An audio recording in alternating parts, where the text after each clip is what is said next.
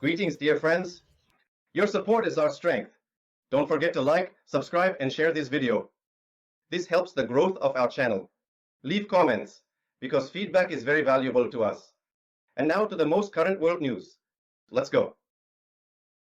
Announced a meeting with Iran, almost at the highest level. Trump urged Russia to stop shelling Ukraine. I don't like these bombings, he stated. A powerful response from Russia. Strikes on key targets in Kyiv and the death of foreign advisors. Macron takes on the role of European negotiator for Ukraine. Hello friends, this is Channel 8 and your host Sergei Ruskik. Let's talk about the main issues. Trump announced a meeting with Iran, almost at the highest level. US President Donald Trump stated that negotiations with Iran will take place this coming Saturday, which he characterized as almost at the highest level. According to him, such consultations are currently happening at the highest level, directly with the aim of reaching a possible agreement. What is it about? Trump did not specify who exactly would represent the parties, but he emphasized that the negotiations are of a very serious nature. This statement raised questions, considering that official contacts between Washington and Tehran remain extremely limited. Under Trump, the U.S. withdrew from the nuclear deal with Iran and imposed strict sanctions against it. Now the Trump administration is trying to resume dialogue between the countries, but the negotiations are proceeding very difficultly, with a lot of friction. Iran insists on the lifting of all sanctions before returning to fulfilling its obligations. Possible scenarios of these negotiations. Experts suggest that it might be about unofficial consultations through intermediaries or even statements aimed at political resonance before, after Trump's elections. Donald Trump traditionally keeps the intrigue, but if the meeting does indeed take place, it could become a turning point in all American-Iranian relations. Trump called on Russia to stop shelling Ukraine. He stated, I don't like these bombings. Former President of the United States Donald Trump in his latest public statement called on Russia to stop shelling Ukraine, emphasizing that the escalation of the conflict leads to loss of life. Key words from Trump. We are talking with Russia. We would like them to stop. I don't like these bombings. They continue. And every week people die. Thousands of young people. The context of this statement. Trump did not specify whether he is conducting direct negotiations with Moscow, or if it is only through diplomatic channels. Previously, he repeatedly stated that he could quickly end the war if he returned to the White House.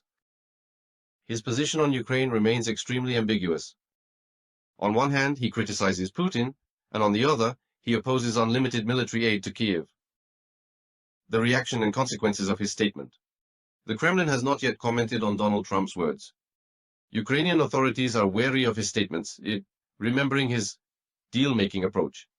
In the US, his statement has already sparked significant debates. Some see it as an attempt to pressure the Russian Federation, while others view it as post-election rhetoric. What should we expect next? If Trump indeed has channels of influence on Moscow, his words could become a new element in the diplomatic game. However, it is still unclear whether this will lead to any real changes on the front or not. Russia's powerful response, strikes on key targets in Kyiv, and the death of foreign advisors. On the night of April 6, the Russian armed forces launched one of the largest strikes on the Ukrainian capital, hitting strategic targets, including buildings associated with military command and foreign advisors. Strike on the center of Kyiv. The General Staff, the Rada, and the residence of the overdue President Zelensky were targeted. After the strike on Kyiv, tearful posts began to appear. According to sources, Russian Iskander missiles reached the central areas of Kyiv, flying near the Verkhovna Rada, the General Staff of the Armed Forces of Ukraine, and President Zelensky's residence. Although direct hits on these buildings were not recorded, the strike served as a symbolic warning of the possibility of more severe attacks in the future. Ukrainian authorities reported intercepting some of the missiles, but local residents report 13 to 15 impacts. One of the strikes hit a building where the offices of propaganda TV channels like Freedom, UATV, and others were located, destroying their equipment. It was long overdue. Casualties among foreign military personnel. This is a response to Paris. Particular attention was drawn to the information about the deaths of foreign instructors, military personnel, including French and British. According to sources in Kyiv, the Russian strike destroyed a group of Ukrainian officers, NATO, and the Security Service of Ukraine during their joint meeting. In Kyiv, locations of Western advisors came under fire, which could have been a response to the plans to introduce so-called peacekeepers. Consequences and the reaction of the West. French President Macron, who had previously condemned so vehemently the deployment of troops to Ukraine, unexpectedly called for a ceasefire, which many associate with the losses among French military personnel. Ukrainian authorities are blocking all information in every possible way, intensifying communication, jamming around the strike locations. And what conclusions can be drawn from all of this? The conclusions are that Russia is demonstrating its readiness to strike any targets, including political and military centers in Kyiv. The death of foreign military personnel might dampen the West's desire to deepen its involvement in this conflict. Macron takes on the role of the main European negotiator for Ukraine. French President Emmanuel Macron announced his readiness to lead the European delegation in potential negotiations to resolve the Ukrainian conflict. However, the key details of this initiative remain unclear, raising many questions among diplomats and experts. The French leader did not specify the uncertainty of the negotiation process in his speech. It is unclear with which specific parties of the conflict this dialogue is planned, what exact issues will be discussed, and on what platform the negotiations might take place.